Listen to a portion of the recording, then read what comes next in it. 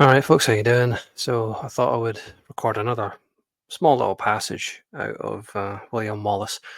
Robin Hood revealed how Wallace managed to trick the English from coming out of Stirling Castle when he was trying to get north to help Lord Campbell. It's quite interesting because it shows cleverness and sound tactics on the part of Wallace. So it reads, Rugby, the English captain, held Stirling Castle at this time. When Wallace arrived at a glen to the south of the castle, he told Earl Malcolm that he planned to assail it. He split the men into two groups so that the English would not know the true size of their force. Earl Malcolm hid in ambush out of sight. Wallace took Sir John and a small force of 100 men with him. He had decided that they would ride through Stirling in sight of the Englishmen in the castle, using this number as a bait to draw the English out. They rode toward the bridge and passed over the Forth. When Rugby saw their small number, he took 7 score of good archers and followed Wallace quickly. I'm presuming that's 140 men. Score meaning 20, 7 score. That would be 140, right? The two parties met in a fierce encounter. Wallace gripped a spear, turned on the pursuers, and slew the foremost rider. So you don't have to kill all of them, you just have to kill the captains and the officers usually.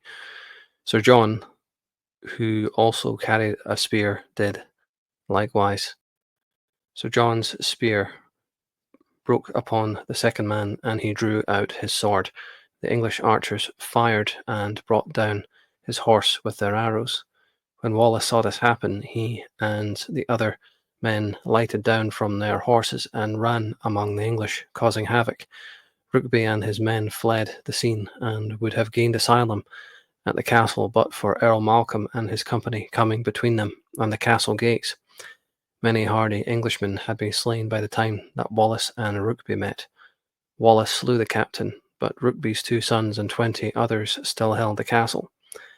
The men from the Lennox told Wallace they would not go on, for they believed that the English would not hold it for long. Wallace paid heed to their argument and accepted their point of view.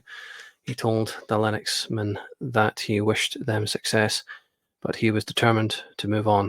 Since this was the choice of Sir Malcolm's men, Wallace told the Earl to stay with them and not to follow him until they had secured the castle for Scotland.